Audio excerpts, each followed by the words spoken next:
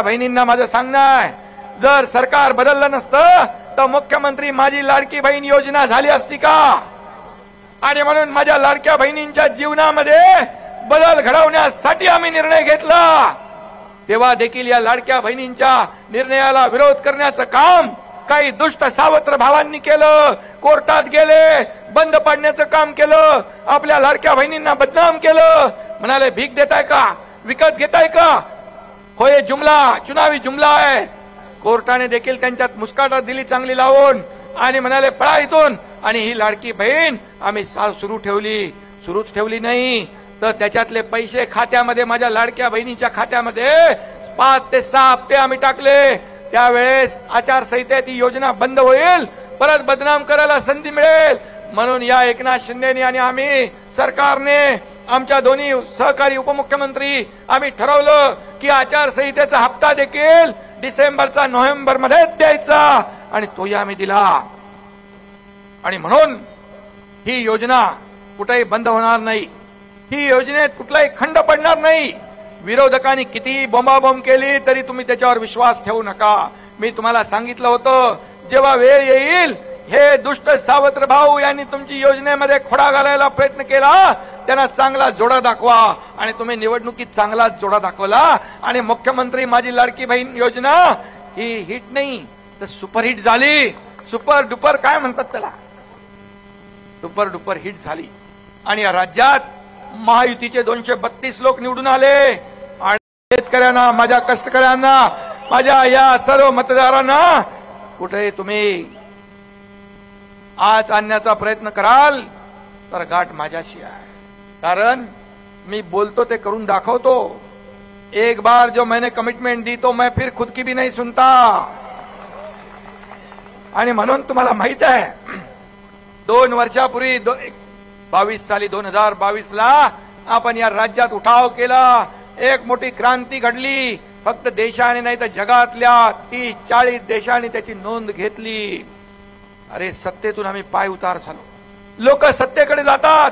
मी मंत्री होतो, माझ्या बरोबर सोबत अनेक मंत्री होते, सत्ता सोडली, सत्तेच्या पाय उतार आम्ही झालो, कारण शिवसेना, बाळासाहेबांच्या विचारांची शिवसेना या ठिकाणी काँग्रेसच्या दावणीला बांधण्याचं काम काही लोक करत होते, काही लोकांनी केलं 2019 ला। आणि तुमची शिवसेना आणि धनुष्यबाण काँग्रेसच्या दावणीला बांधण्याचं पाप केलं, हिंदुत्वाचे विचार सोडले आणि शिवसैनिकांचं खच्चीकरण होऊ लागलं आणि धनुष्यबाण हा गाण पडला। आणि तो वाचवण्यासाठी, शिवसेना वाचवण्यासाठी, धनुष्यबाण वाचवण्यासाठी या तुमच्या एकनाथ शिंदेने उठाव केला, क्रांती घडवली आणि सरकार तुमच्या मनातलं या ठिकाणी आणलं।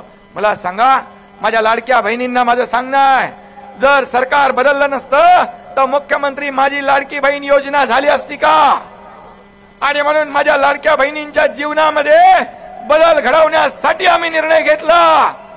तेव्हा देखील या लाडक्या बहिणींच्या निर्णयाला विरोध करण्याचं काम काही दुष्ट सावत्र भावांनी केलं, कोर्टात गेले, बंद पाडण्याचं काम केलं, आपल्या लाडक्या बहिणींना बदनाम केलं, म्हणाले भीक देताय का, विकत घेताय का?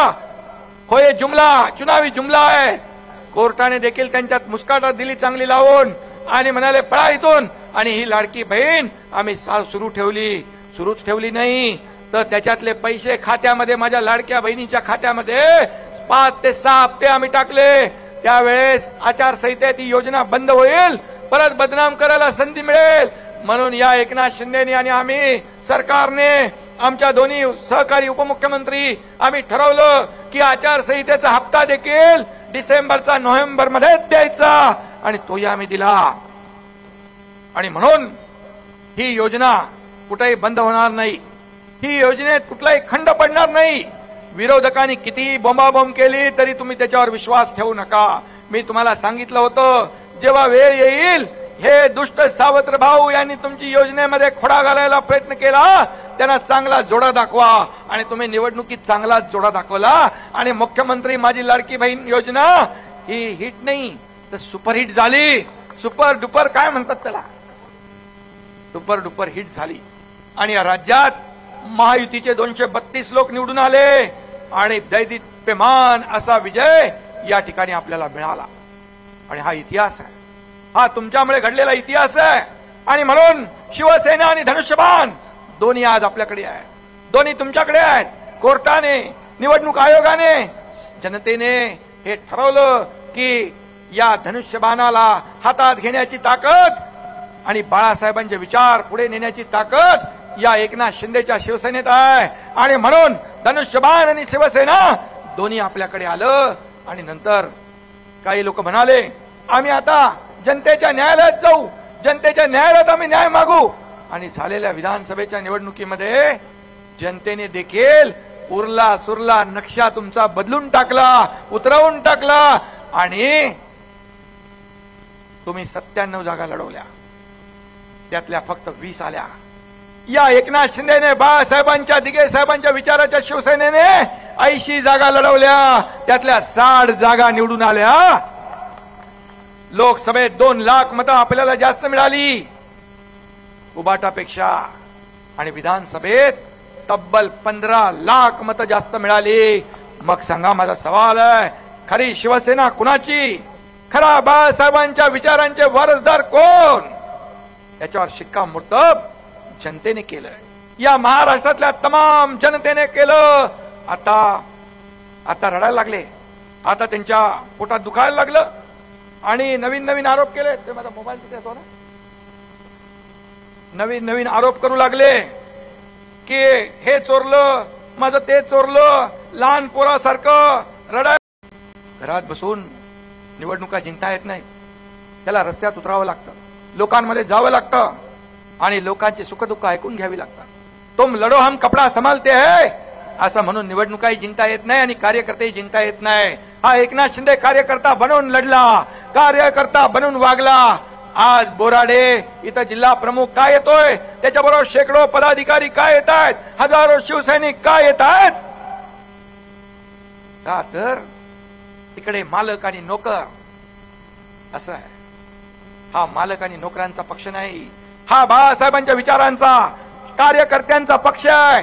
इथं कोणी मालक नाही, इथं कोणी नोकर नाही, आपण सर्व सहकारी आहोत, आपण सर्व कार्यकर्ते आहोत. इथं खासदार श्रीकांत शिंदे यांनी कोल्हापूरमध्ये सांगितलं, आपला पक्ष असा आहे, राजा का बेटा राजा नहीं बनेगा, जो काम करेगा वही राजा बनेगा, असा आपला पक्ष आहे. प्रतापराव जाधव इथं बसलेत, या सर्व 7 खासदारांनी मला सांगितलं केंद्रात श्रीकांतला मंत्री बनवा. पण श्रीकांतनी सांगितलं आपल्यामध्ये जो सिनियर आहे त्याला मंत्री बनवा. आणि प्रतापराव जाधव इथं साक्षीदार आहेत की प्रतापराव जाधव यांना आपण केंद्रात मंत्री बनवलं. ही शिवसेना आहे, ही खरी शिवसेना आहे. आणि म्हणून मी आपल्याला एवढंच सांगतो की हे यश जे आहे हे बाळासाहेबांच्या विचारांचं, आपल्या महायुतीच्या एकजुटीचं, महायुतीच्या ताकदीचं आहे. आणि 2.5 वर्ष तुम्हाला मी सांगतो, आता अर्जुन सांगत होते की तुम्हाला झोपता कधी, जेवता कधी, उठता कधी. मला सगळे लोक प्रश्न विचारतात तुम्ही किती वेळ झोपता.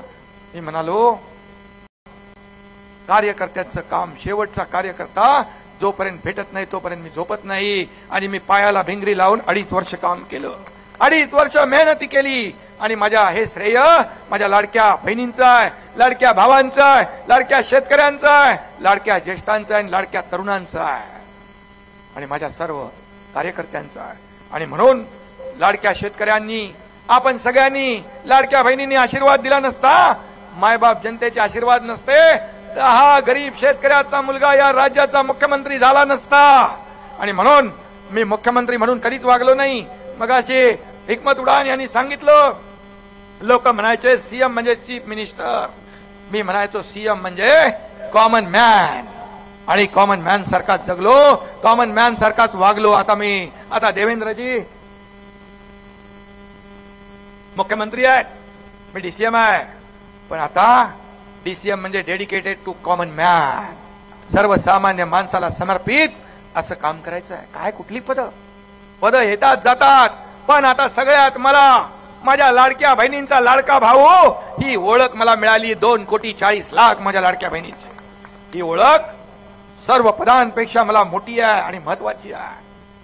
आणि म्हणून मी एवढंच सांगतो आपल्याला, मी एक साधा कार्यकर्ता आहे, कालही साधा कार्यकर्ता म्हणून होतो, आजही कार्यकर्ता म्हणून काम करतोय आणि उद्याही कार्यकर्ता म्हणूनच मी काम करणार आहे. मला कधी एकनाथला पदाची लालसा नव्हती. मुख्यमंत्री होतो तेव्हाही नव्हतो. आणि तुम्हाला माहित आहे की यावेळेस देखील मी सत्तेच्या खुर्चीला चिकटून बसलो नाही. माझ्या नेतृत्वात ही निवडणूक झाली. दोन्ही उपमुख्यमंत्री, माझे सर्व मंत्रिमंडळातले सहकारी, सगळ्या कार्यकर्त्यांनी अहोरात्र मेहनत घेतली. आपण योजना केल्या, प्रकल्प बंद पाडलेले आपण सुरू केले. आज महाविकास आघाडी, विकास विरोधी आघाडीने काय दिवे लावले होते आपल्याला माहित आहे. आणि म्हणून हे सर्व प्रकल्पातले स्टे आम्ही काढून टाकले. समृद्धी महामार्ग तुमच्या बाजूने जातो, याच्यात पण खोडा घातला होता, याच्यात पण स्टे टाकला होता, याच्यात पण स्पीड ब्रेकर टाकले होते, सगळे उकडून टाकले आम्ही. आणि एकीकडे विकासाला चालना दिली, विकास प्रकल्प पुढे नेले. दुसरीकडे लोकाभिमुख कल्याणकारी योजना आम्ही राबवल्या आणि या योजना राबवल्या. आणि म्हणून या महायुतीला प्रचंड दैदिप्यमान असं यश मिळालं. आणि म्हणून तुम्हालाही सगळ्यांना एक आनंद झाला. पण मी सत्तेच्या खुर्चीसाठी कधी स्वार्थ बाळगला नाही, कधी चिकटून बसलो नाही. मी स्वतःच यावेळेस आदरणीय देशाचे प्रधानमंत्री मोदी साहेबांना आणि गृहमंत्री अमित भाईंना फोन केला. महायुतीचे नेते म्हणून तुम्ही जो निर्णय घ्याल त्याला या एकनाथ शिंदेचा आणि आमच्या शिवसेनेचा पूर्ण पाठिंबा. जर माझ्या जागेवर दुसरा कोण असतं तर 2019ला ज्यांनी काय केलं, 2019 मध्ये स्वतःचा स्वार्थ जागृत झाला. तो तर स्वार्थ अगोदरच जागृत झाला होता ना. अर्जुनराव साक्षीदार आहेत. 1999ला जे सुप्त स्वप्न आणि इच्छा ती जागृत झाली 2019ला. अरे आपण युतीत लढलो होतो, युतीचं सरकार निवडून आणलं पाहिजे होतं. परंतु जेव्हा स्वार्थ जागृत होतो तेव्हा नीतिमत्ता, आपली वैचारिकता, आपले विचार सगळं बाजूला पडतं. आणि म्हणून त्यावेळेस त्यांनी जी स्वार्थी भूमिका घेतली. आज काय झालं? आज काय राहिलं? आजही आरोप करताय. अरे बाबा, आरोप 2.5 वर्ष माझ्यावर केले तुम्ही. मी तुम्हाला आरोपाने उत्तर केलं नाही. मी म्हणालो आरोपाला मी कामाने उत्तर देईन असंच म्हणालो.